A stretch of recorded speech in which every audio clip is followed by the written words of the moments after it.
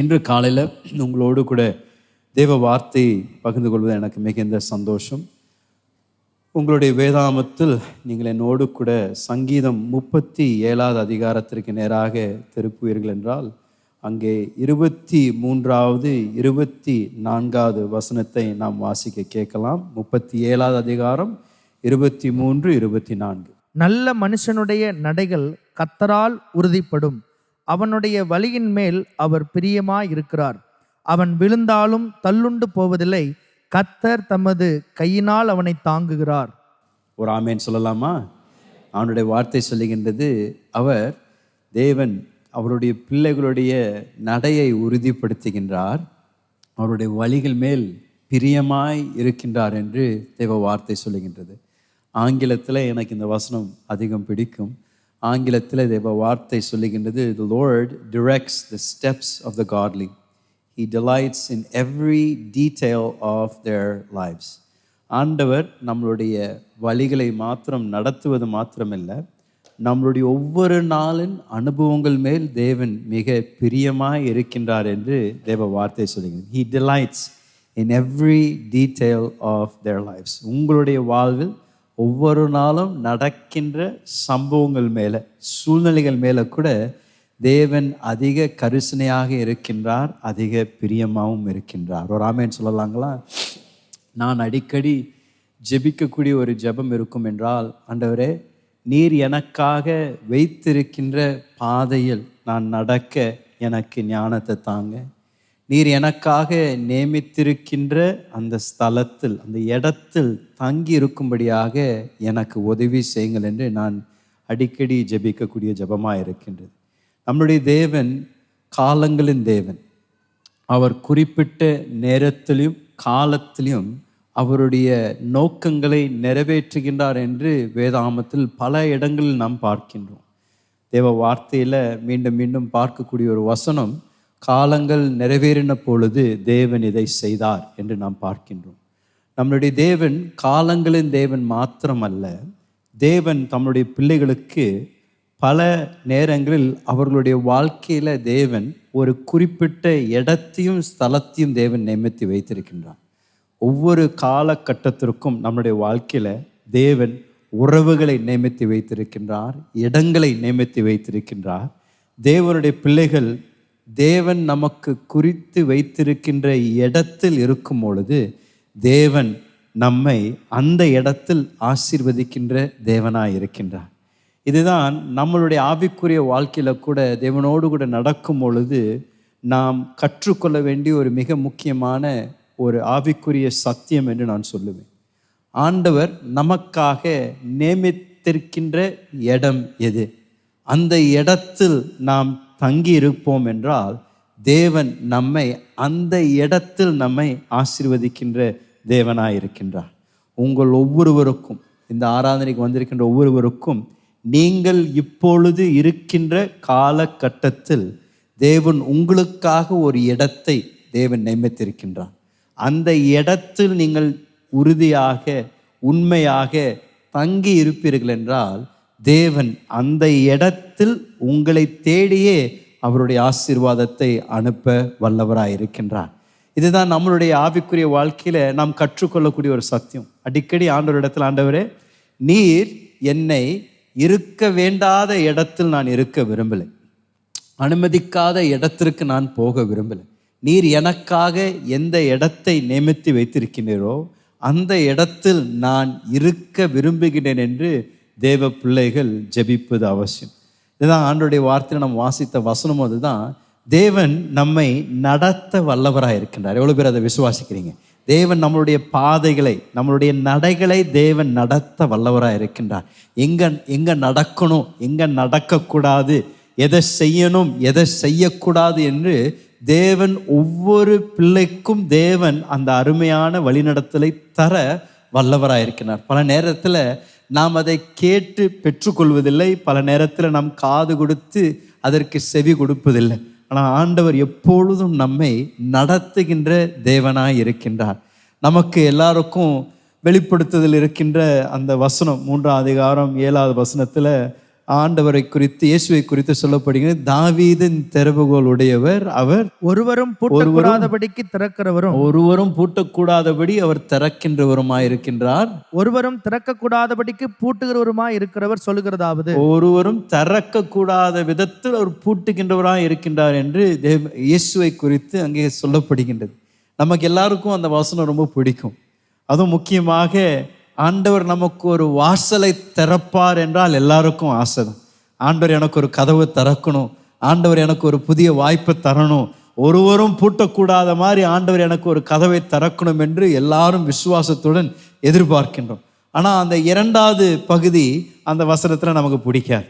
அங்கே சொல்லப்படுகின்றது, யாரும் திறக்க முடியாத அளவிற்கு ஆண்டவர் சில நேரத்தில் என்ன பண்ணுறாருங்களாமா, பூட்டி விடுகின்றார்களாம். அப்படின்னா சில நேரத்தில் ஆண்டவர் உங்களுடைய வாழ்க்கையில் சில வாய்ப்புகளை தடை செய்து விடுகின்றார், சில கதவுகளை சாத்தி விடுகின்றார், சில விருப்பங்களை நிறைவேறாமல் தேவன் அதை தடுத்து நிறுத்துகின்ற தேவனாக இருக்கின்றார். தேவ பிள்ளைகள் என்ன சூழ்நிலையாக இருந்தாலும் ஆண்டவர் இடத்துல, ஆண்டவரே நடப்பதெல்லாம் நன்மைக்கே என்று நாம் விசுவாசமாய் இருக்கிறது மிக அவசியம். அப்படின்னா ஆண்டவர் எல்லாவற்றையும் நன்மைக்கு ஏதுவாக மாற்ற வல்லவராய் இருக்கின்றார் என்பதை நாம் அறிந்திருப்பது அவசியம். தேவன் உங்களுடைய வாழ்க்கையில சில நேரத்தில் சில கதவுகளை சாத்தினாலும், சில வாய்ப்புகளை உங்களுக்கு தடுத்து நிறுத்தினாலும், தேவன் எல்லாவற்றிலும் அவருடைய நோக்கத்தை உங்கள் வாழ்க்கையில் நிறைவேற்றுகின்றார் என்ற உறுதி நமக்குள் இருப்பது அவசியம். சில நேரத்தில் சில பேருக்கு நீங்கள் விரும்புகின்றது போல ஃபாரின் தேசத்திற்கு போகாமல், விசா கிடைக்காமல் தேவன் வாசலை அடைக்கலாம். சில நேரத்தில் உங்களுடைய பிஸ்னஸ் அந்த நீங்கள் எதிர்பார்த்ததை போல அது பெருகாமல் அது தடுத்து நிறுத்தலாம். ஆனால் தேவ பிள்ளைகளுக்கு இருக்கக்கூடிய ஒரு விசேஷித்த ஒரு விசுவாசத்தின் உறுதி, என்னுடைய வாழ்க்கையில் என்ன நடந்தாலும் என்ன நடக்கலைனாலும் தேவனுடைய அனுமதி இல்லாமல் எதுவும் என்னுடைய வாழ்க்கையில் செயல்படுறது இல்லை. ஒரு ஆமேன் சொல்லுங்களேன். எவ்வளோ பேர் விசுவாசிக்கிறீங்க? ஆண்டவருடைய அனுமதி இல்லாமல் என்னுடைய வாழ்க்கையில் எதுவும் நடப்பதில்லை, எதுவும் நடக்காமல் போவதில்லை. ஆண்டவருடைய கரத்திலிருந்து தான் நான் எல்லாவற்றையும் பெற்றுக்கொள்கின்றேன். ஆகையால் என்னுடைய விசுவாசம் எங்கே இருந்தாலும் தேவன் எனக்கு அந்த இடத்தை ஒரு ஆசீர்வாதத்தின் இடமாக தேவன் என்னை மாற்றி என்னை நிறுத்துவார் என்ற ஒரு உறுதி இருப்பது மிக அவசியம். சில நேரத்தில் ஆண்டவர் நமக்கு நியமித்து வைத்திருக்கின்ற இந்த ஆசீர்வாதத்தின் இடம் சில நேரத்தில் ஒரு என்ன சொல்வது, ஒரு இடைஞ்சலான ஒரு இடமாகவும் இருக்கலாம், ஒரு வசதி இல்லாத இடமா இருக்கலாம், நெருக்கத்தின் இடமாகவும் இருக்கலாம். சில பேர் யோசிக்கிறோம், ஆண்டவருடைய ஆசீர்வதிக்கப்பட்ட இடம் எப்பொழுதும் விசாலமாக இருக்கணும், எப்பொழுதும் நன்மை நிறைந்ததாக இருக்கணும், எப்பொழுதும் எல்லாம் வாய்க்கிற மாதிரி இருக்கணும். இல்லைங்க, சில நேரத்தில் ஆண்டவர் நம்மை சில இடங்களில் தங்கி இருக்க செய்கின்றார். அந்த இடத்தில் ஒருவேளை நாம் புடமிடப்படுகின்றோம், தேவன் நம்மை உருவாக்குகின்றார். எல்லாவற்றிலும் தேவன் ஒரு நோக்கத்தை வைத்திருக்கின்றார். உங்களுக்கும் எனக்கும் இருக்க வேண்டிய விசுவாசம், நான் எங்கே தேவன் என்னை வைத்திருக்கின்றாரோ அந்த இடத்தில் நான் உண்மையாக இருப்பேன். ஏற்ற நேரத்தில் காலத்தில் தேவன் தம்முடைய வாக்கு தத்தங்களை என்னுடைய வாழ்க்கையில நிச்சயமாக நிறைவேற்றுவார் என்ற ஒரு விசுவாசம். பல முன்மாதிரிகள் தேவ வார்த்தைகள் நமக்கு உண்டு. பல தேவதாசர்கள் ஆண்டவர் அவர்களை பல சூழ்நிலைகள் வழியாக நடத்தி செல்கின்றார். சில நேரங்களில் ஆண்டவர் அவர்களை வைத்திருந்த இடம் ஒரு என்ன சொல்றது, நெருக்கமான இடமா இருந்தாலும் அவர்கள் அந்த இடத்தில் உண்மையாக இருந்தபடியால் தேவன் அவர்களுடைய நேரமும் காலமும் வந்த பொழுது அவருடைய வாழ்க்கையில் தேவன் வைத்திருந்த நோக்கங்களை நிறைவேற்றினார் என்று நாம் பார்க்கின்றோம். உதாரணத்திற்கு தாவீதுடைய வாழ்க்கையை நாம் பார்ப்போம் என்றால், தாவீதுடைய வாழ்க்கையில தாவீது ஒரு சாதாரண ஒரு மெய்ப்பனாக இருந்தான். அவருடைய தகப்பனாருடைய ஆடுகளை அவன் பார்த்து கொண்டிருந்தான். அவருடைய வீட்டிற்கு பிரசித்தி பெற்ற அந்த தீர்க்கதரிசி சாமுவேல் என்ற தீர்க்கதரிசி வந்த பொழுது கூட அவனுக்கு ஒரு அழைப்பு கொடுக்கப்படலை. அவனுடைய சொந்த தகப்பனார் தாவீதை அவன் வயல் நிலையத்திலே இருக்கும்படியாக விட்டு விடுகின்றான். அவ்வளோ ஒரு முக்கியமான நாள், அவ்வளோ ஒரு முக்கியமான ஒரு நோக்கத்தோடு கூட அந்த தீர்க்கதரிசி அவன் வீட்டுக்கு வந்தாலும் தாவீதை அவருடைய தகப்பனார் வீட்டுக்கு வரும்படியாக அவருக்கு ஒரு அழைப்பை கூட கொடுக்கல. தீர்க்கதரிசி அடுத்த ராஜாவை அவர் அபிஷேகம் பண்ண வந்த ஒரு தீர்க்கதரிசி தாவீதை தன்னுடைய சொந்த தகப்பனார் ஒரு பொருட்டா கூட அவர் எண்ணவில்லை. தாவீது அவன் வெறும் ஆட்டை மேய்த்து கொண்டு அவன் வெளியே இருந்தான். ஆனாலும் தாவீது அவங்க அப்பா மேல வருத்தப்படலை. என்னப்பா, இவ்வளவு முக்கியமான நாளில் என்னை கூப்பிடாம விட்டுட்டீங்களே, எப்படி நீங்க என்னை இப்படி மறக்கலாம் என்று அவனுடைய சொந்த அப்பாவிடத்தில் அவன் வருத்தம் கூட படலை. அவன் தேவன் அவனை எங்க வைத்திருந்தாரோ அந்த இடத்தில் அவன் உண்மையாக இருந்து அவன் கையில் இருந்த பொறுப்புகளை அவன் திறமையோடு கூட நிறைவேற்றி கொண்டிருந்தான். ஆகையால் தேவ அழைப்பு அவன் எங்கே இருந்தானோ அங்கேயே தேடி வந்ததா இருந்தது. இதுதாங்க தேவனுடைய விசேஷம். நீங்களும் நானும் இருக்க வேண்டிய இடத்தில் இருப்போம் என்றால், தேவன் நம் கரத்தில் கொடுத்திருக்கின்ற காரியங்களில் நாம் உண்மையாய் இருப்போம் என்றால், நீங்களும் நானும் எதுவும் விசேஷமாக தேடி போகணும் என்ற அவசியம் இல்லை. தேவ அழைப்பை கூட நீங்க தேடி போகணும்னு அவசியம் இல்லை. உங்க செல்வாக்கை தேடி போகணும்னு அவசியம் இல்லை. நீங்கள் இருக்கிற இடத்தில் உண்மையாக இருப்பீர்கள் என்றால் உங்களை தேடி தேவன் அழைப்பை அனுப்பி நீங்கள் இருக்கிற இடத்திலேயே தேவன் உங்களை உயர்த்தி அவருடைய நாமத்தையும் மகிமையும் தேவன் உங்களுடைய வாழ்க்கையில வெளிப்படுத்த வல்லவராயிருக்கின்றார்.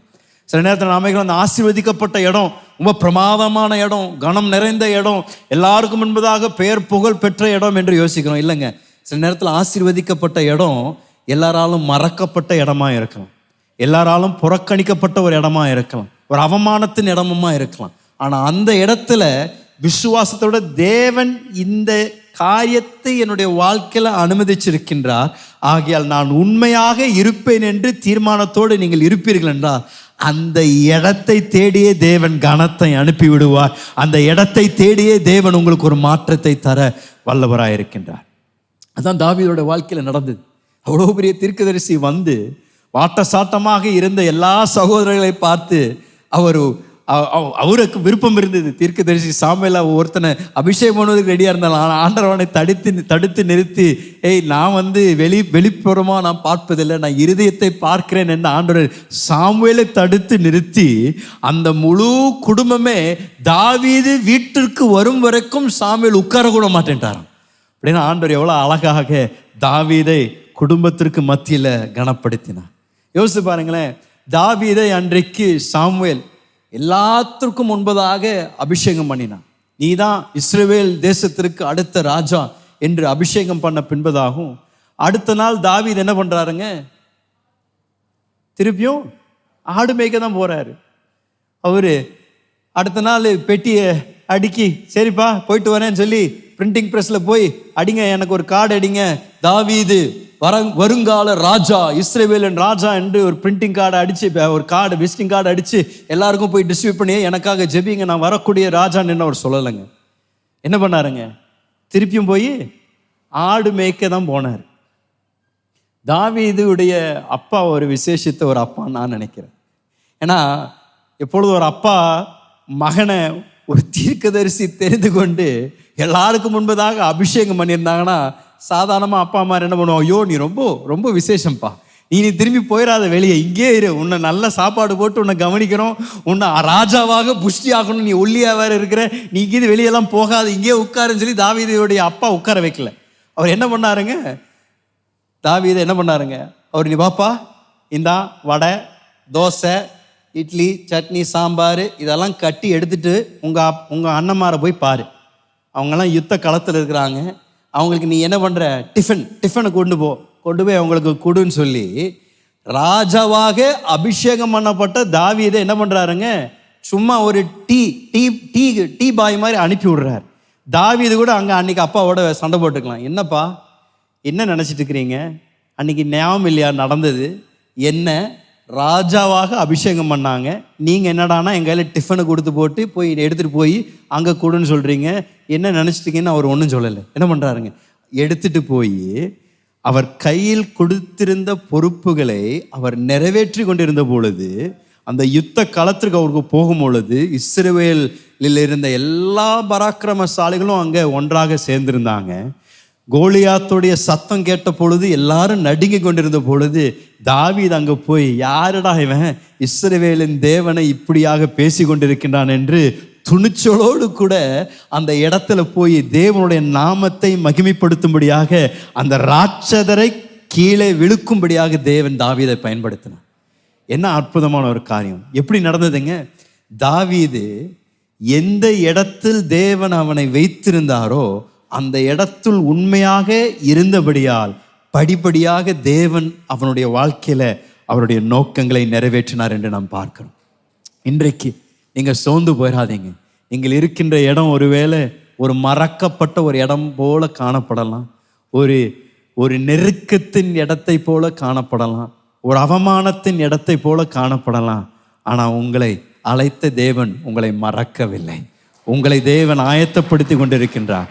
அவருடைய நோக்கங்களுக்காக தேவன் ஆயத்தப்படுத்தி கொண்டிருக்கின்றார். தேவன் உங்களுடைய வாழ்க்கையில எதையும் தற்செயலாக அனுமதிப்பதில்லை. எல்லாவற்றையும் அவருடைய அநாதி நோக்கத்தையும் திட்டத்தையும் நிறைவேற்றும்படியாக தேவன் உங்களுடைய வாழ்க்கையில செயல்பட்டு கொண்டிருக்கின்றார். தேவன் மேல் விசுவாசமா இருக்கின்றவர்கள், தேவனுக்கு பயப்படுகின்றவர்களுக்கு இதுதாங்க நிச்சயம். என் வாழ்க்கையில என்ன நடந்தாலும் நடக்கலனாலும் நாள் முடிவில் என்னுடைய தேவனுடைய நோக்கம் நிச்சயம் என் வாழ்க்கையில நிறைவேறியே தீரும் என்ற ஒரு நம்பிக்கை. யோசித்து பாருங்க, கோலியாத்தை அவன் வீழ்த்த பின்பதாக அவ்வளோ பேர் அவனை பாராட்டினாங்க. அடுத்த நாள் அவருக்கு ஒரு அழைப்பு வருது. அரண்மனைக்கு வரும்படியாக ஒரு அழைப்பு வருகின்றது. அந்த அழைப்பு அவனை ராஜாவாக ஏற்படுத்தணுன்ற அழைப்பு இல்லை. ராஜாக்கு நீ ஒரு ஆலோசகராக வான்னு சொல்லியும் அழைக்கலை. அவங்க எதுக்கு அழைச்சாங்கன்னா, வாப்பா சவுலுக்கு கொஞ்சம் மன அழுத்தமாக இருக்குது, வந்து கிட்டாரை தட்டு, விருப்பம் இருந்தால் வந்து கிட்டாரை தட்டு, இல்லைன்னா வராத அப்படின்னு சொல்லி அபிஷேகம் பண்ணப்பட்டவரை எதற்காக உள்ள வராருங்க? அரண்மனைக்குள்ள சுரமண்டலத்தை வாசிப்பதற்காக வராரு. யோசித்து பாருங்களேன், எப்படி இருக்கும்? இவ்வளோ தூரம் அவன் சாதனைகளை படைத்து இவ்வளோ காரியங்களை செய்தும் ஆண்டவர் தாவீதை சவுலுடைய அரண்மனையில் உட்கார்ந்து சுரமண்டலத்தை வாசிக்கும்படியாக ஆண்டவர் அவனை அந்த இடத்துல வைக்கிறார். ஏன்னா சில நேரத்தில் இதை மறந்து விடுகின்றோங்க. நீங்கள் மனிதனுக்காக வேலை செய்வதில்லை. உங்களுக்கு மனிதர்கள் எஜமானாய் இருந்தாலும், உங்களுக்கு மனிதர்கள் உங்களுடைய வாழ்க்கையில் அதிபதியாக இருந்தாலும், அந்த மனிதனுக்கு மேலே ஒரு தேவன் இருக்கின்றார். நீங்களும் நானும் சேவிக்கின்ற தேவன் சகல வல்லமை உடைய தேவனாய் இருக்கின்றபடியால் மனிதனுக்கு நீங்கள் வேலை செய்தாலும் அந்த நாளில் முடிவில் தீர்மானங்களை எடுப்பவர் யாருங்க? தேவன் ஒருவரே. தேவன் தான் உங்களுடைய வாழ்க்கைக்கு தேவையான தீர்மானங்களை எடுக்க தேவன் வல்லவராய் இருக்கின்றார். ஒருவேளை உங்களுக்கு வரவேண்டிய அந்த ப்ரொமோஷன் பல முறை தடைபட்டு போயிருந்தாலும், உங்களுக்கு வரவேண்டிய அந்த சம்பள உயர்வு வராமல் போயிருந்தாலும் நீங்கள் சோர்ந்து போகாதீங்கள். நீங்கள் ஆராதிக்கின்ற தேவன் வல்லமையுள்ள தேவன். எந்த இடத்தில் தடை செய்தார்களோ அதே இடத்தில் தேவன் உங்கள் தலையை நிமிர செய்து, எந்த இடத்தில் உங்களை அவமானப்படுத்தினார்களோ அதே இடத்தில் தேவன் உங்களுக்கு ஒரு பந்தியை உண்டாக்கி, உங்களுடைய சத்துருக்களுக்கு முன்பதாக தேவன் உங்களை அமர வைத்து தேவன் உங்களை கனப்படுத்த வல்லவராய் இருக்கின்றார். தாவீதை இந்த அரண்மனையில் போய் சுரமண்டலத்தை வாசிக்க செய்வதற்கும் தேவன் தான் அதற்கு பின்னணியாக இருந்தார். ஏன் ஆண்டவர் அதை செய்தாருன்னா, ஆண்டவருக்கு தெரியும் தாவீது ஒரு சின்ன ஒரு மேய்ப்பனாக தான் வளர்ந்தான். அவன் வாழ்நாளெல்லாம் ஆடை தான் மேய்த்தான். அவனுக்கு ஒரு அரண்மனையில் எப்படி நடக்கணும்னு தெரியாது, எப்படி தீர்மானங்கள் எடுக்கணும்னு தெரியாது. அதனால் ஆண்டவர் அவனை கொஞ்ச நாளைக்கு அண்டர் கவராக அனுப்புனார். ட்ரைனிங்க்கு போய் உட்கார்ந்து அரண்மனையில் அவன் வாசிக்க அவன் பார்க்குறான், சவுலுடைய அரண்மனையில் என்ன நடக்கின்றதுன்னு பார்க்குறான். யார் வராங்க, யார் போகிறாங்க, சவுல் எப்படி பேசுகிறாங்க, இதெல்லாம் பார்க்க ஆண்டவர் அவனுடைய வருங்கால அழைப்பிற்காக ஆண்டவர் அவனை ஆயத்தப்படுத்தி கொண்டிருந்தார்.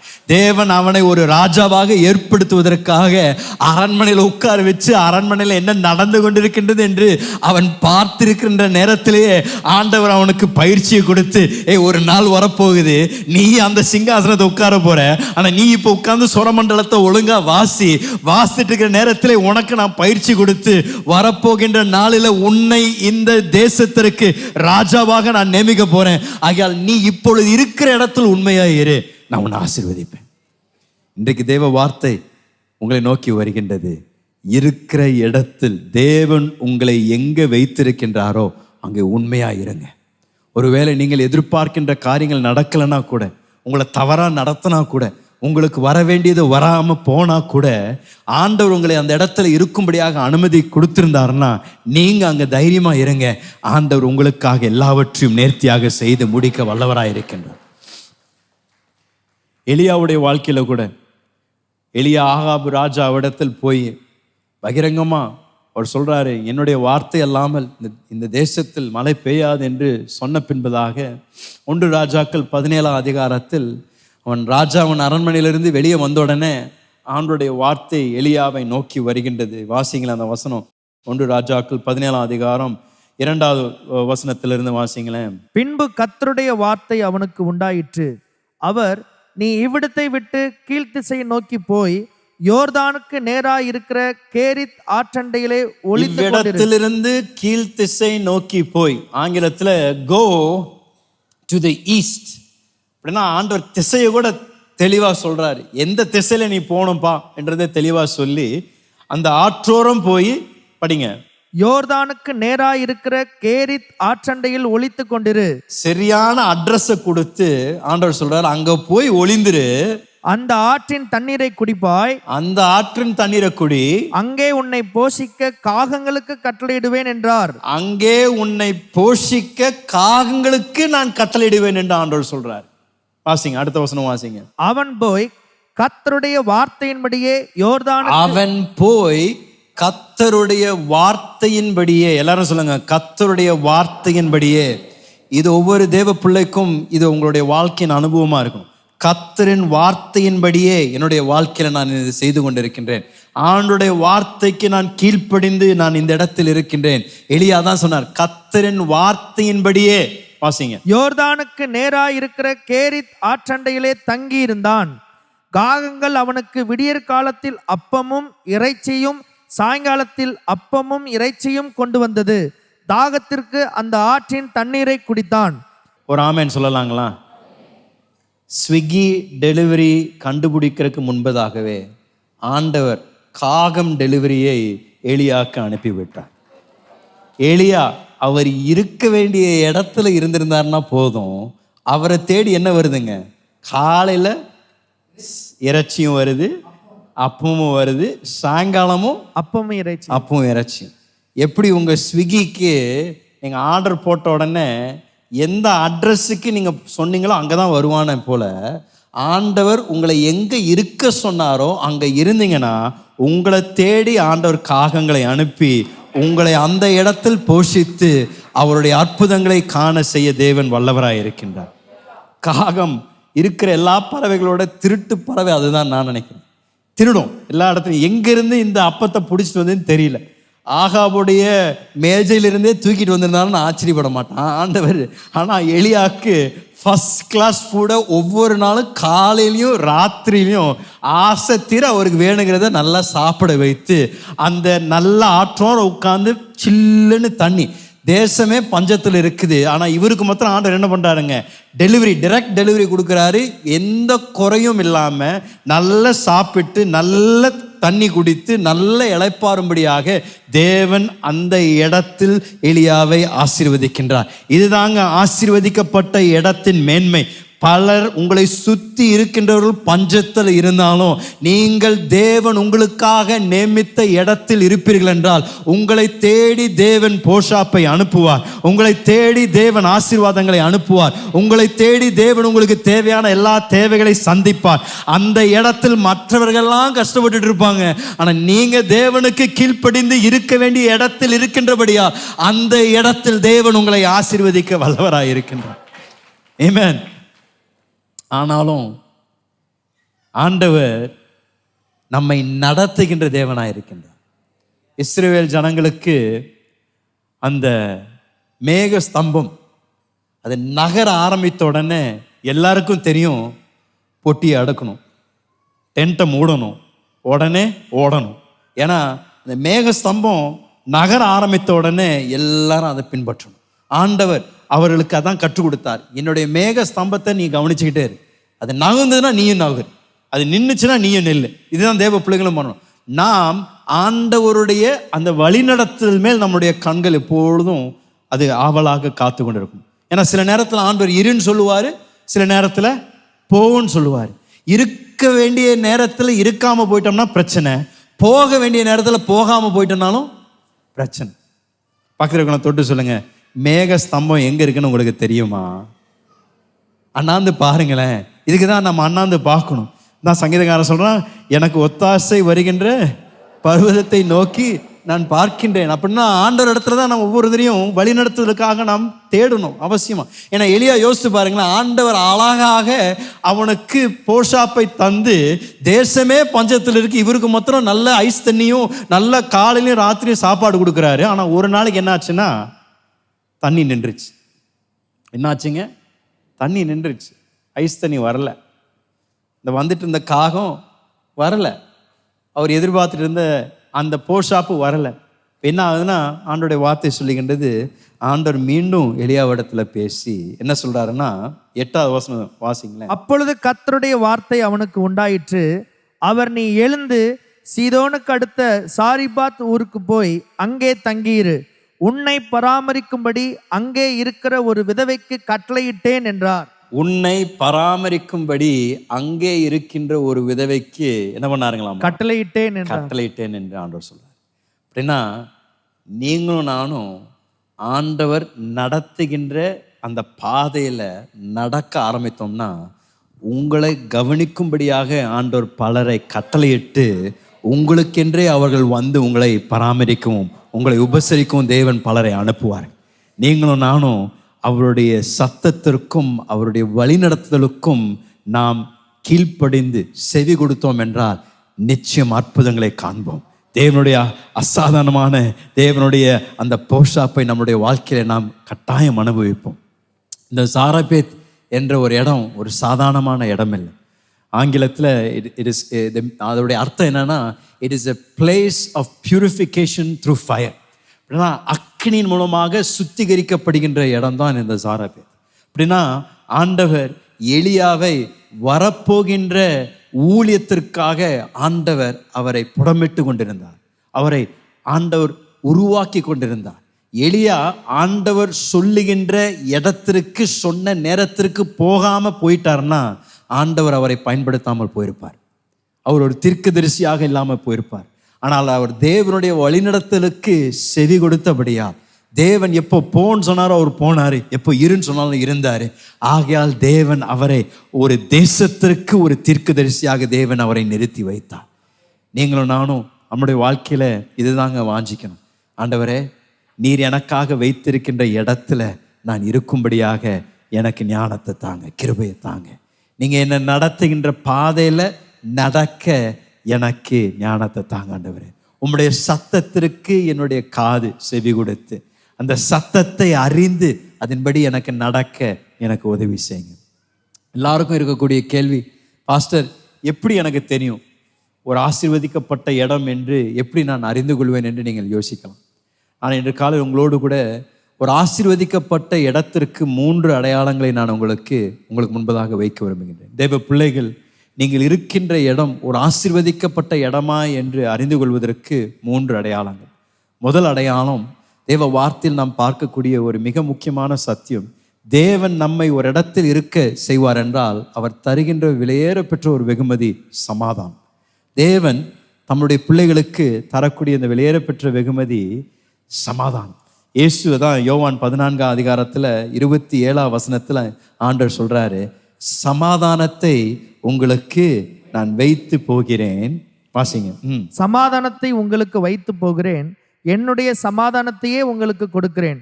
உலகம் கொடுக்கிற பிரகாரம் நான் உங்களுக்கு கொடுக்கிறதில்லை. உங்கள் இருதயம் கலங்காமலும் பயப்படாமலும் இருப்பதாக. ஆண்டவர் சொல்றாரு, என்னுடைய சமாதானத்தை நான் வைத்து போகின்றேன். உலகம் தருகின்ற சமாதானத்தை போலல்ல, நீங்கள் கலங்காதீர்கள், உங்கள் இருதயம் கலங்காமலும் பயப்படாமலும் இருப்பதாக என்று. ஆகையால் ஆண்டவர் சொல்றார், நான் சமாதானத்தை உங்களுக்கு தருகின்றேன் என்று. அதுவும் அதை மாத்திரம் சொல்லிட்டு அப்படியே முடிக்கல, உலகம் தருகின்ற சமாதானத்தை போல நான் உங்களுக்கு தரலன்னு ஆண்டவர் சொல்றார். அப்படின்னா கேள்வி என்னன்னா, உலகத்தின் சமாதானத்திற்கும் இயேசு தருகின்ற சமாதானத்திற்கும் என்ன வித்தியாசம்? ஏன்னா உலகத்தின் சமாதானம் சூழ்நிலைகளை சார்ந்து இருக்கின்றது. எல்லா சூழ்நிலைகள் சாதகமாக இருந்தது என்றால் அவர்களுக்குள் சமாதானம் இருக்கும். வேலையில் சரியான நேரத்தில் சம்பளம் கொடுக்குறாங்க, வேலையில் சரியான நேரத்தில் உயர்வு தருகின்றார்கள், எல்லா காரியங்கள் அவர்கள் எதிர்பார்த்ததை போல நடந்தது என்றால் அவர்களுக்குள்ள ஒரு சமாதானம், எல்லாம் நல்லா போகுதுன்னு. ஆனால் ஆண்டவர் சொல்றாரு, உலகம் தருகின்ற சமாதானத்தை போல நான் உங்களுக்கு தரல, நான் தருகின்ற சமாதானம் விசேஷித்த சமாதானம். இயேசு தருகின்ற சமாதானம் எப்பேற்பட்ட சமாதானமாக இருக்கின்றது என்றால், அவர் புயலின் மத்தியில சமாதானத்தை தருகின்றார், பள்ளத்தாக்கின் மத்தியில சமாதானத்தை தருகின்றார். அப்படின்னா உங்களை சுற்றிலும் எதிர்மறையான காரியங்கள் இருந்தாலும் இயேசு உங்களோடு இருக்கின்றார் என்ற உறுதியின் நிமித்தம் உங்களுக்குள் தரப்படுகின்ற சமாதானம் தான் இயேசு தருகின்ற சமாதானமாக இருக்கின்றது. உலகம் வெளிப்படையான காரியங்களை பார்த்து அவருடைய சமாதானத்தை பெற்றுக்கொள்கின்றார்கள். ஆனால் தேவ பிள்ளைகள் வெளிப்படையான காரியங்கள் மேல் அவங்களுடைய சமாதானம் சம்பந்தம் இல்லை. அவருடைய சமாதானம் உள்ளான நம்பிக்கை நிமித்தம். புயலில் நடுவில் இயேசு என்னோடு கூட இருக்கின்றபடியால் எல்லா காரியங்கள் எனக்கு எதிர்மறையாக இருந்தது போல காணப்பட்டாலும் இயேசு என்னோடு கூட இந்த படகில் இருக்கின்றபடியால் அவர் எழும்பி நின்று இந்த புயலை பார்த்து சரியான நேரத்தில் பேசுவார் என்ற நம்பிக்கை நிமித்தம் எனக்கு ஒரு சமாதானம் இருக்கின்றையா. அதுதாங்க உங்களுக்கும் எனக்கும் தரப்படுகின்ற சமாதானம். இதான் அப்போஸ்தலனாகிய பவுல் கூட பிலிப்பியர் 4:7 சொல்றாரு, புத்திக்கு அப்பொழுது எல்லா புத்திக்கும் மேலான தேவ சமாதானம், புத்திக்கு மேலான தேவ சமாதானம் உங்களுடைய இருதயங்களை காப்பதாங்க. அப்படின்னா உங்களுடைய சொந்த புத்தியினால அதை நீங்க புரிந்து கொள்ள முடியாது. ஆனா தேவன் உங்களோடு கூட இருக்கின்றபடியால் உங்களுக்கு அந்த இருதயத்தில் தேவன் ஒரு சமாதானத்தை தேவன் தர வல்லவராய் இருக்கின்றார். அப்படின்னா சில நேரத்தில் மற்றவங்கெல்லாம் புலம்பி கொண்டு இருப்பாங்க, மற்றவங்கெல்லாம் ஐயோ எப்படி இதை நான் சந்திப்பேன், எப்படி இதை சமாளிப்பேன்னு யோசிப்பாங்க. ஆனால் தேவ பிள்ளைகள் அந்த புயலின் மத்தியில் சமாதானமாக இருப்பாங்க. எப்படி இயேசு புயலின் மத்தியில் ஆழ்ந்த நித்திரையில் இருந்தாரோ, நீங்களும் தேவ பிள்ளைகளாக இருக்கின்றபடியால தேவன் உங்களுக்கு நியமிக்கப்பட்ட இடத்தில் இருந்தீங்கன்னா நீங்களும் ஆழ்ந்த நித்திரையில் இருப்பீங்க. பேதுரு கூட அப்படிதான். அவருக்கு அடுத்த நாள் ஒரு தலையை வெட்டுறதுக்கு ரெடியாக இருந்தாங்க. அவரை சிறைச்சாலையில் 6, 7, 8 காவல்துறை அவரை காத்து கொண்டு இருந்தாங்க. பேதுரு என்ன பண்ணாருங்க? எப்படிங்க தூங்க முடியும்? நாளைக்கு உங்களை கொல்ல போகிறேன்னு யாராவது சொல்லிட்டு உங்களை ஒரு ரூமில் போட்டு அடைச்சிட்டு போனாங்கன்னா இங்கே தூங்குவீங்களா? தூங்க மாட்டீங்களா? தூங்க மாட்டீங்க. ஒரு என்ன சொல்ல, குச்சி எடுத்து ஒரு குழியை நோண்டி எப்படிதான் இந்த ரூம் விட்டு வெளியே போகிறதுன்னு ராத்திரியெல்லாம் பிரயாசப்படுறீங்க. பேதுரு அப்படி பண்ணலைங்க. நல்லா ஆழ்ந்த தூக்கம். அந்த தேவதூதர் நீங்கள் அந்த வசனத்தை வாசிங்கன்னா ஒரு அடி கொடுத்து பேதுரு எழுப்புறாரு. எழும்புடா எழும்பு. அவ்வளோ ஆழ்ந்த நித்திரை தேவன் அவருக்கு சமாதானத்தை தந்தார். உங்களுக்கும் பார்த்து சொல்கிறேன், நீங்கள் ஆண்டவர் உங்களை இருக்க வேண்டிய இடத்துல இருந்தீங்கன்னா உங்களுக்கு சமாதானத்தை தேவன் தருவார். யோசிப்பை யோசித்து பாருங்களேன். சிறைச்சாலையில் இருக்கிறார்.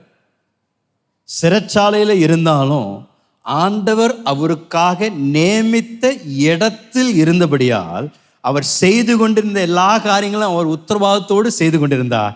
ஆகையால் அந்த நேரம் வந்த பொழுது ஆண்டவர் யோசேப்பை அந்த சிறைச்சாலையிலிருந்து எடுத்து ஒரு அரண்மனையில் உட்கார தேவன் அவருடைய வாழ்க்கையில் செயல்பட்டார். அப்படின்னா சிறைச்சாலையில் இருக்கின்ற அந்த காலகட்டம் கடினமாக இருந்தாலும் சில நேரத்தில் ஆண்டவர் அப்படிப்பட்ட சூழ்நிலைகள் வழியாக நம்மை நடத்தி செல்கின்றார். ஏனென்றால் அவருக்கு ஒரு அனாதி நோக்கம் உண்டு. அவருக்கு ஒரு மிகப்பெரிய மகிமையான ஒரு எதிர்காலம் உங்கள் வாழ்க்கையில் வைத்திருக்கின்றபடியால் சில நேரத்தில் ஆண்டவர் சில காரியங்கள் வழியாக நடத்தி செல்கின்றார். நீங்களும் நானும் ஃபாதர் பெர்க்மன்ஸை போல பாட ஆரம்பிக்கணும், அதி சீக்கிரத்தில் நீங்கிவிடும் இந்த லேசான உபத்திரம். சோர்ந்து போகாதீங்க. ஒரு ஆமேன் சொல்லலாங்களா? பக்கத்துக்கு பார்த்து சொல்லுங்க, அதி சீக்கிரத்தில் நீங்கிவிடும் இந்த லேசான உபத்திரம். நீங்களும் நானும் அந்த நித்திய ராஜ்யத்திற்காக ஒவ்வொரு நாளும் வைராக்கியத்தோடு நம்ம விசுவாச நடைய நடப்போம். தேவன் உங்களுக்கு நியமித்த இடத்தில் இருக்கின்றீர்களா என்று அடையாளம் கண்டுபிடிக்கணும்னா இருதயத்தில் சமாதானம் இருக்கின்றதா. ஆண்டவர் சமாதானத்தை தருகின்றார் தம்முடைய பிள்ளைகளுக்கு. இரண்டாவது, ஆண்டவர் ஆசீர்வாதத்தின் இடத்தில் இருப்பதற்கு ஒரு அடையாளம் என்னவென்றால் தெய்வீக போஷிப்பு. ஏற்கனவே நாம் பார்த்தோம் எலியாவுடைய வாழ்க்கையில் எப்படி ஆண்டவர் தேசத்தில் பஞ்சம் இருந்தாலும் எலியாவின் தேவைகளை அற்புதமாக தேவன் சந்தித்தார். இந்த சாரபேத்துடைய விதவையின் வீட்டுக்கு போன பொழுது ஆண்டவர் அந்த பஞ்சகாலம் முடிகிற வரைக்கும் அவனுக்கு தேவையான எல்லா போஷிப்பையும் ஆண்டவர் தந்தார். இன்னொரு அருமையான ஒரு உதாரணம் ரூத்துடைய வாழ்க்கையிலும் நகோமியோடைய வாழ்க்கையிலும் பார்க்கின்றோம். ரூத்தின் புஸ்தகத்தை நீங்கள் வாசிப்பீங்கன்னா இந்த ஆரம்ப அதிகாரத்தில் நவோமியுடைய கணவர் எலிமெலேக், அவர் யூதாவில் பஞ்சம் இருந்தபடியால் பெத்லெகேமை விட்டு மோவாபு தேசத்திற்கு தன்னுடைய குடும்பத்தை எடுத்துக்கொண்டு செல்கின்றார். அந்த பெத்லெகேமிலிருந்து எப்போ கால் எடுத்து வெளியே வச்சாங்களோ அன்றிலிருந்து அவங்க வாழ்க்கையில் ஒரே பிரச்சனை, ஒரே சாபம். ஏனென்றால் பெத்லெகேம் என்பது அப்பத்தின் வீடு. அப்பத்தின் வீட்டை விட்டு போட்டு அப்பத்தை எப்பொழுதும் வெளியே போய் தேடினா பிரச்சனை தான் வரும். இந்த எலிமெலேக் தான் செய்தார். முழு குடும்பத்தை அவர் மோவாப் தேசத்துக்கு அவர் நகர்த்தி சென்ற பொழுது நவோமியுடைய வாழ்க்கையில இடிக்கு மேலே இடி. எல்லா ஆண்களும் மரித்து விடுகின்றார்கள். எலிமெலேக் மரித்து விடுகின்றார். அவருடைய 2 மகளோனும் கிளியோனும் 2 பேரும் இழந்து விடுகின்றார். நவோமி எல்லாவற்றையும் இழந்து வெறும் 2 மருமகளோடு கூட அவள் இருக்கும் பொழுது அப்போதான் நவோமி ஒரு தீர்மானம் செய்கிறாங்க. நான் திருப்பியும் எங்கே போகணும்? பெத்லெகேமுக்கு நான் போகணும் என்று தீர்மானம் செய்கிறார். என்றைக்கு அவர்கள் ஆண்டவர் அவளுக்கு நியமித்த இடத்திற்கு போகணும் என்று தீர்மானம் எடுத்தாங்களோ அன்றிலிருந்து தேவன் அவள் இழந்ததை அத்தனையும் தேவன் அவளுக்கு திரும்பி தர ஆரம்பித்தாருங்க. நவோமி பெத்லெகேமுக்குள்ள வந்த பொழுது ஜனங்கள்லாம் பார்த்து அவங்க சொன்னாங்க, என்னை நவோமின்னு கூப்பிடாதீங்க, என்னை மாறான்னு கூப்பிடுங்க, என் வாழ்க்கையில கசப்பு மேல கசப்பு என்று அவ்வளோ ஒரு துக்கத்தோடு துயரத்தோடு வந்தாங்க. ஆனா பெத்லெகேமுக்கு உள்ள கால் வைத்த உடனே ஆண்டவர் அவளை ஆசீர்வதிக்க ஆரம்பித்தார். எதெல்லாம் இழந்தார்களோ மீண்டும் நவோமி பெற்றுக்கொள்ளும்படியாக தேவன் அந்த ஆசீர்வதிக்கப்பட்ட இடத்தில் அவர்கள் வந்தபடியால் தேவன் அவர்களை ஆசீர்வதிக்க ஆரம்பித்தார்கள். இன்றைக்கு நான் அவங்களை பார்த்து சொல்றேன், நீங்கள் ஒருவேளை தேவன் உங்களுக்காக நியமித்த ஸ்தலத்தை விட்டு வெளியே போயிருந்தீங்கன்னா திரும்பி வாருங்கள். தேவன் உங்களுக்காக நியமித்த ஸ்தலத்தில் நீங்கள் வந்தீர்கள் என்றால் தேவன் நீங்கள் இழந்தது எல்லாவற்றையும் மீண்டும் திரும்ப பெற்றுக்கொள்ள தேவன் வல்லவராய் இருக்கின்றார். உங்கள் வாழ்க்கையில கொடுக்க வல்லவராய் இருக்கின்றார். நவோமியோட வாழ்க்கையில மீண்டும் தேவன் அற்புதங்களை செய்து அந்த மாறாவை தேவன் மதுரமாய் மாற்றின தேவன் உங்களுடைய வாழ்க்கையிலும் தேவன் அதை செய்ய வல்லவராய் இருக்கின்றார். அந்த ஆசீர்வதிக்கப்பட்ட இடத்தில் இருக்கின்ற மேன்மை நான் சொல்லுவேன். ஏன்னா எனக்கு அந்த ரூத் புஸ்தகத்தில் எனக்கு ரொம்ப பிடித்தமான வசனம் இந்த கடைசி அதிகாரத்தில் 4வது அதிகாரத்தில் 17ஆம் வசனம் விதமாக சொல்லுகிறது. வாசிங்களேன். அயல் வீட்டுக்காரிகள் நகோமிக்கு ஒரு ஆண் பிள்ளை பிறந்தது என்று வாழ்த்தி அதற்கு ஓபேத் என்று பெயரிட்டார்கள். அவன் தாவீதின் தகப்பனாகிய ஈசாயின் தகப்பன். ஸோ ஆண்டோடைய வார்த்தை சொல்லுகின்றது, பக்கத்து வீட்டுக்காரங்க என்ன பேசிக்கிட்டாங்களாமா, நகோமிக்கு ஒரு ஆண் பிள்ளை பிறந்தது என்று பேசிக்கிட்டாங்களாமா. கேள்வி என்னன்னா, நகோமிக்கு பிறந்ததா இல்லை ரூத்துக்கு பிறந்ததா? சத்தமாக தான் சொல்லுங்களேன். ரூத்துக்கு தான் பிறந்தது. ஆனால் பக்கத்து வீட்டுக்காரங்க என்ன சொன்னாங்க?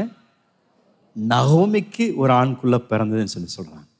இந்த நகோமி தான் பெத்லெகேமுக்குள்ள வந்த பொழுது என்னை நீங்க மாறான்னு என்ன கூப்பிடுங்கன்னு சொன்ன நகோமி ஆசீர்வதிக்கப்பட்ட இடத்திற்குள் வந்த பொழுது தேவன் இழந்தது எல்லாவற்றையும் திரும்பி தந்து இழந்த 2 மகனுக்கு பதில் ஆண்டவர் ஒரு பேரனை போல ஓபேத்தை அவங்களுக்கு கொடுத்து எல்லாரும் நகோமியுடைய மகன் என்று அழைக்கும்படியாக அந்த அவமானத்தையும் நிந்தையும் தேவன் மாற்றி அதே இடத்தில் நகோமியை தேவன் கனப்படுத்தினார். இதுதாங்க ஒரு ஆசீர்வாதத்தின் இடத்தில் இருக்கின்ற மேன்மை.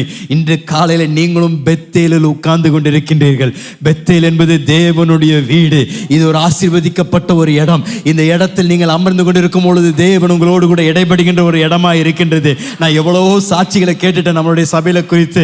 பல விசுவாசிகள் வேலைக்காக மற்ற காரியங்களுக்காக கோயம்புத்தூர் விட்டு போட்டு பெங்களூருக்கு போய் இன்னும் வேலைக்காக அல்ல ஒரு இன்னும் உயர்ந்த பதவிக்காக போனாங்க.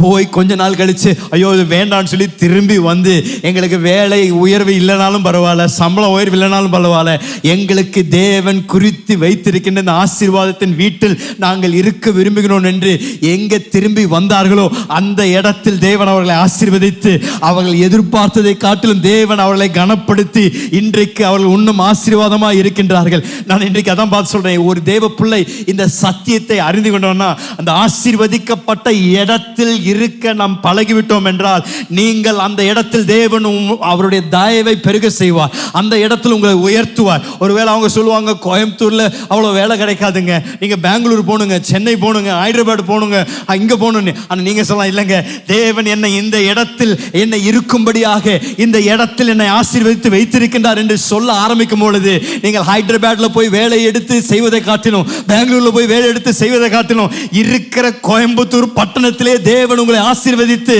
உங்களை பெருக செய்து உங்கள் சந்ததியை ஆசீர்வதித்து தேவன் தம்முடைய மகிமையின் நாமத்தை உங்கள் வாழ்க்கையில விளங்க செய்ய வல்லவராக இருக்கின்றார். இந்த ஆசீர்வதிக்கப்பட்ட இடத்தை நாம் அறிந்து அதில் இருக்க பழகிவிட்டோம் என்றால் தேவன் தொடர்ந்து அந்த இடத்தில் நம்மை பெருக செய்து அவருடைய நாமத்தை நம்முடைய வாழ்க்கையில விளங்க செய்ய வல்லவராக இருக்கின்றார். மூன்றாவது, ஒரு ஆசீர்வதிக்கப்பட்ட இடத்திற்கு ஒரு அடையாளம் தெய்வீக பாதுகாப்பு. எங்கள் தேவனால் ஆசீர்வதிக்கப்பட்ட இடத்தில் இருப்போம் என்றால் தேவனுடைய பாதுகாப்பு நம்ம மேல் தங்கி இருக்கின்றது. ஆதியாகமம் 12ஆம் அதிகாரத்தில் ஆண்டவர் ஆபிரகாம் என்ற மனிதனிடத்தில் வந்து, ஆபிரகாம், நான் உனக்கு காமிக்கின்ற தேசத்திற்கு நீ புறப்பட்டு போ என்று ஆண்டவர் சொன்ன பொழுது ஆபிரகாம் உடனடியாக தேவனுக்கு கீழ்ப்படிந்து அவனும் முழு குடும்பமும் உடனடியாக தேவனை பின்பற்ற ஆரம்பித்தார்கள். ஆனால் அதே 12ஆவது அதிகாரத்தில் 4ஆம் வசனத்தில் தேவ வார்த்தை சொல்லுகின்றது, வாசிங்களேன். கர்த்தர் ஆபிரகாமுக்கு சொன்னபடியே அவன் புறப்பட்டு போனான், லோத்தும் அவனோடு கூட போனான். ஆபிரகாம் ஆரானை விட்டு புறப்பட்ட போது 75 வயது உள்ளவனாய் இருந்தான். தேவ அழைப்பு ஆபிரகாமை நோக்கி வருகின்றது. வா ஆபிரகாம், உனக்கு நான் காமிக்கக்கூடிய தேசத்திற்கு நீ புறப்பட்டு போன்றாரு. ஆபிரகாம் பெட்டி எடுக்கும் பொழுது லோத்து உங்கள் பெரியப்பா பெட்டி எடுக்கிறத பார்த்துருப்பாரு. எங்க பெரியப்பா போறீங்கன்னு கேட்டிருப்பாரு. ஆண்டவர் சொன்னாருப்பா, நான் போகிறேன், நானும் உங்கள் கூட வரேன்னு சொல்லி லோத்தும் அவங்க குடும்பமும் என்ன பண்ணுறாங்க, ஆபிரகாமோடு கூட அவர்களும் வர ஆரம்பிக்கிறாங்க. அழைப்பு லோத்துக்கல்ல, ஆபிரகாமுக்கு தான். ஆனால் லோத்து ஆபிரகாமோடு கூட போன நிமித்தம், அந்த உறவின் நிமித்தம் என்ன நடந்ததுன்னா, ஆபிரகாம் மேல் கொடுத்த ஆசீர்வாதம் லோத்தின் மேலே வழிந்தோட ஆரம்பித்தது. லோத்து ஆபிரகாமோடு கூட இருந்த நிமித்தம் அவனும் ஆசீர்வதிக்கப்படுகின்றான், அவனுடைய குடும்பமும் ஆசீர்வதிக்கப்படுகின்றது. 13ஆம் அதிகாரத்தில் 5ஆம் வசனத்தை வாசிப்பீங்கன்னா, ஆபிரகாமுடனே வந்த லோத்துக்கும் ஆடு மாடுகளும் கூடாரங்களும் இருந்தன. அவர்கள் ஒருமித்து குடியிருக்க அந்த பூமி அவர்களை தாங்க கூடாது இருந்தது. அவர்கள் ஒருமித்து அவர்கள் குடியிருக்கும் பொழுது தேவன் அவர்களை ஆசீர்வதித்த ஆசீர்வாதங்கள் என்ன நடந்ததுன்னா அவ்வளோ பெருகிடுச்சாமா. அந்த பூமி என்ன பண்ண முடியுங்களாமா, அவர்களை தாங்க கூடாத அளவிற்கு தேவன் அவர்களை ஆசீர்வதிக்க ஆரம்பிச்சாங்க. யோசித்து பாருங்க, என்ன ஒரு அற்புதம். ஆபிரகாமை தேவன் ஆசீர்வதித்தார், அழைத்தாரு. லோத்து சும்மா கூட வந்தான், அதனால அவன் மேலே ஆண்டவர் ஆசீர்வாதம், அவனுக்கும் எல்லாவற்றையும் பெருக செய்தார் ஆண்டவர். இருவருக்கும் ஆண்டவர் அவ்வளோ பெரிய ஒரு செல்வாக்கியும் ஐஸ்வர்யத்தையும் தந்தாரு. ஆனால் ஒரு தவறு நடந்துருச்சு. லோத்து அவனுடைய ஆசீர்வாதத்தின் காரணத்தை மறந்து விட்டுட்டான். அவன் நினச்சிட்டான், எனக்கு ஆண்டவர் இதை கொடுத்துட்டாரு நினச்சிட்டு அந்த அதிகாரம் நீங்கள் படிக்கும் பொழுது 2 வேலைக்காரங்களும் சண்டை போட ஆரம்பிக்கிறாங்க. லோத்துடைய வேலைக்காரனும் ஆபிரகாமுடைய வேலைக்காரனும். இப்போ லோத்து என்ன பண்ணியிருக்கணும்னா, வேலைக்காரங்களை கூப்பிட்டுட்டே, இங்கே பாரு, ஆபிரகாமுடைய ஆட்களோட எந்த விதத்துலையும் வாக்குவாதம் பண்ணாது. இன்றைக்கி நம்ம சாப்பிட்றோம் பிழைக்கிறோன்னா அவர்னால தான். ஒழுங்காக அவங்களோட ஒத்துழைச்சு எல்லா விதத்துலையும் அவங்களுக்கு நீ உதவி செய்யன்னு சொல்லி புத்தி சொல்லி அவனை வேலைக்காரங்களை அவன் கட்டுப்பாடு படுத்தியிருக்கணும். ஆனால் என்ன நடந்ததுன்னா, அவன் எதுவும் செய்யலை.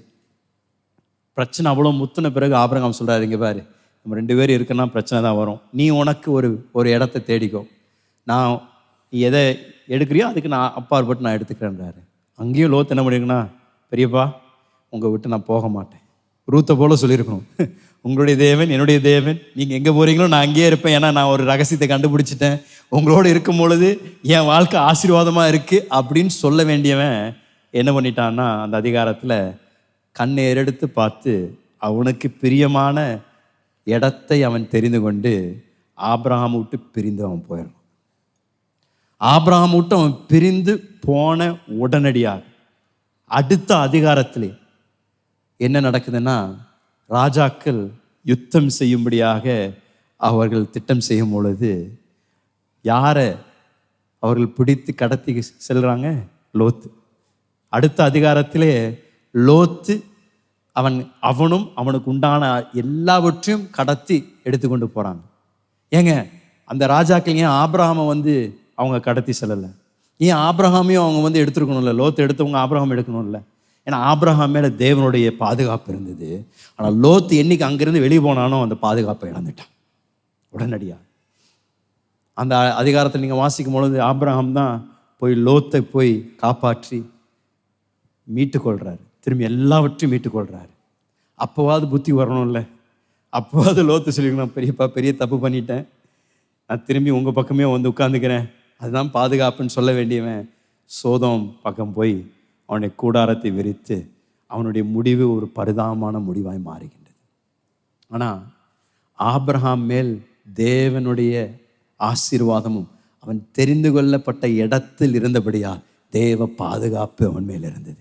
சில நேரத்தில் ஆண்டவர் நமக்கென்றே தெய்வீக உறவுகளை வைத்திருக்கின்றார். அந்த உறவில் இருக்கின்ற வரைக்கும் அந்த தெய்வீக பாதுகாப்பும் நம் மேல் இருக்கின்றது.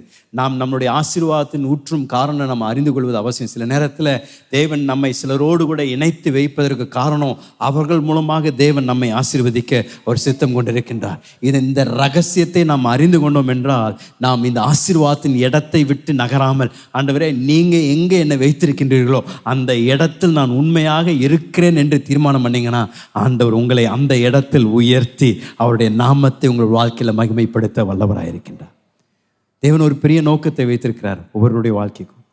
நம்ம வாசித்த வசனத்தின்படி சங்கீதம் 37 அதிகாரத்தில் ஆண்டவர் நம்மளுடைய பாதையை தேவன் நடத்த பிரியமாயிருக்கின்றார். நீதிமானுடைய பாதையை தேவன் மிக கருசனையாக வழி நடத்துகின்ற தேவனாயிருக்கின்றார். நீங்கள் இப்பொழுது இருக்கின்ற இடம் தேவனால் அனுமதிக்கப்பட்டிருக்கின்ற ஒரு இடம். நீங்கள் இப்பொழுது இருக்கின்ற அந்த ஸ்தலம் ஆண்டவர் இப்பொழுது உங்கள் வாழ்க்கை கட்டத்தில் அதை அனுமதிச்சிருக்கிறார். நீங்கள் விசுவாசமாக எந்த இடத்தில் தேவன் உங்களை வைத்திருக்கின்றாரோ அந்த இடத்தில் உண்மையாக இருங்கள், உத்தரவாதமாக இருங்கள். அந்த இடத்துல சோர்ந்து போயிடாதீங்க. என்ன நடந்தாலும் உங்களுக்குள்ள உறுதியான ஒரு நம்பிக்கை இருக்கணும். ஏற்ற நேரத்தில் காலங்கள் நிறைவடையும் பொழுது தேவன் தம்முடைய வாக்கு தத்தங்களை என்னுடைய வாழ்க்கையில நிச்சயம் நிறைவேற்றுவார். தேவனுடைய வாழ்க்கையில இப்பொழுது ஒருவேளை நான் இருக்கின்ற இடம் நெருக்கத்தின் இடமா இருக்கலாம், அவமானத்தின் இடமா இருக்கலாம், நிந்தனையின் இடமா இருக்கலாம். ஆனால் என்னுடைய தேவன் என்னோடு கூட இருக்கின்றபடியால் அந்த அவமானத்தின் இடத்தை கனத்தின் இடமாய் தேவன் எனக்கு ஒரு நாள் மாற்றுவார்.